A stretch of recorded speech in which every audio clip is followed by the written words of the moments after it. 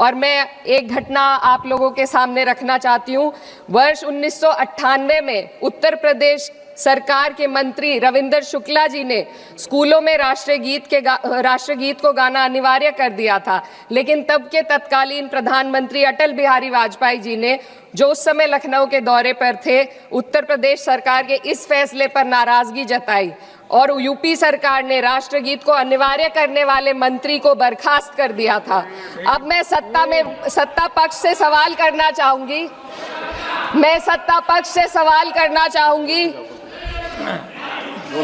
बोलने दीजिए। मैं सत्ता पक्ष से सवाल करना चाहूंगी कि जो विजन आजादी के समय के लोगों का था राष्ट्रगीत को स्वेच्छा पर छोड़ने का, उसी का अनुसरण माननीय अटल बिहारी वाजपेयी जी ने किया, तो क्या वे भी मुस्लिम तुष्टीकरण कर रहे थे? जी नहीं, अटल बिहारी वाजपेयी जी राजधर्म निभा रहे थे। देश में सब धर्मों को एक साथ लाना, सबके जज्बात का एहसास करना ही सबसे बड़ा राष्ट्रवाद है। माननीय अध्यक्ष महोदय, आज हमें वंदे मातरम के असली भाव को समझना जरूरी है।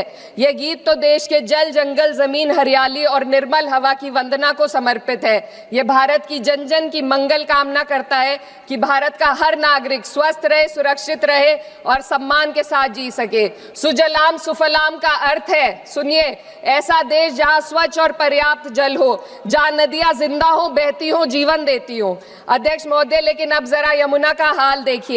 दिल्ली प्रदूषण नियंत्रण समिति की 2025 की रिपोर्ट बताती है कि यमुना के कई हिस्सों में बीओडी स्तर 127 mg पर लीटर है तक पहुंच चुका है, जबकि किसी जीवित नदी के लिए ये 3 mg पर लीटर से कम होना चाहिए। ये सिर्फ नदी का संकट नहीं है, ये किसान का संकट है। नमामि गंगे के नाम पर हजारों करोड़ रुपए खर्च हो गए, लेकिन सच्चाई ये है कि आज भी गंगा और यमुना के किनारे किसान मजबूरी में उसी जहरीली पानी से खेती कर रहा है। वही जहर अनाज में उतरता है और वही जहर किसान की जिंदगी को धीरे धीरे खत्म कर देता है। अध्यक्ष महोदय, जब पानी जहर हो जाएगा तो सुजलाम कैसे होगा? जब किसान बर्बाद होगा तो सुफलाम कैसे होगा? मलयज शीतलम, मलय का अर्थ है मलय पर्वत से बहने वाली ठंडी, सुगंधित, चंदन जैसी हवा जो जीवन देती है, बीमारी नहीं। आज मैं इस सदन से पूछना चाहती हूँ, क्या आज के भारत की हवा मलयज शीतलम है? नहीं अध्यक्ष जी, बस संसद से बाहर कदम रखिए, एक गहरी सांस लीजिए। ये चंदन की महक नहीं, ये जहर है जो आपके हमारे फेफड़ों में उतर रहा है। दुनिया के 20 सबसे प्रदूषित शहरों में से 13 भारत में है। दिल्ली की हवा में सांस लेना मानो रोज 20 सिगरेट पीने जैसा हो। भारत हर साल सर्दियों में जहरीली हवा के प्रकोप में घिर जाता है। AQI गंभीर स्तर पर आ जाता है। ठंडी हवा का सपना अब गैस चेंबर की हकीकत बन चुका है। हम वो देश हैं जहां सरकार प्रकृति पर बने गीत का मान मर्दन तो करती है, पर उसी प्रकृति, जंगल, हवा, पेड़ को बचाने वाले कानूनों को धीरे धीरे खुद ही खत्म कर रही है। ये है आज के हमारे मलयज शीतलम की अफसोसजनक सच्चाई।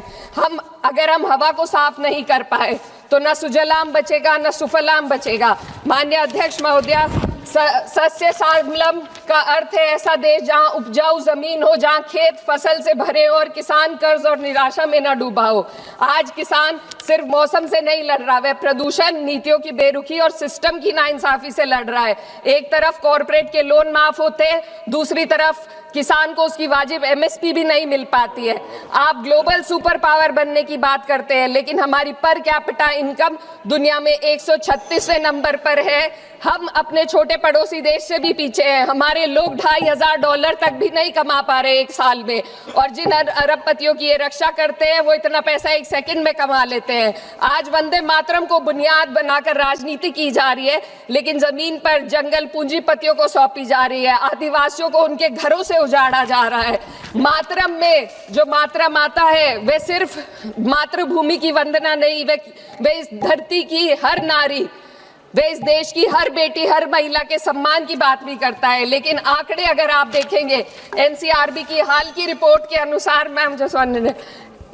देश में हर वर्ष लगभग 30,000 से अधिक बलात्कार हो रहे हैं, यानी एक दिन में 80 से अधिक महिलाएं यौन हिंसा का शिकार होती हैं। और ये सिर्फ दर्ज मामले हैं। जब जम्मू कश्मीर की एक बच्ची हिंसक अत्याचार का शिकार होती है, जब सत्ता से जुड़े लोगों पर आरोप लगते हैं और कार्रवाई वर्षों लटक जाती है, जब उन्नाव की पीड़िता लखनऊ के दरबार में इंसाफ को लेकर अपनी जान देने पर आमादा होती है, जब बिल्किस बानो के अपराधियों का सरकार के लोग द्वारा स्वागत किया जाता है, तो ये घटनाएं वंदे मातरम की आत्मा पर चोट पहुंचाती है। मैं अध्यक्ष महोदया बस यही कहना चाहती हूँ अपनी बात को अंत में रखते हुए कि वंदे मातरम सिर्फ अतीत की ललकार नहीं, ये वर्तमान की जिम्मेदारी है। ये आत्म मंथन की घड़ी है। यही समय है कि हम वंदे मातरम को सिर्फ नारा नहीं, नीति और जिम्मेदारी बनाएं।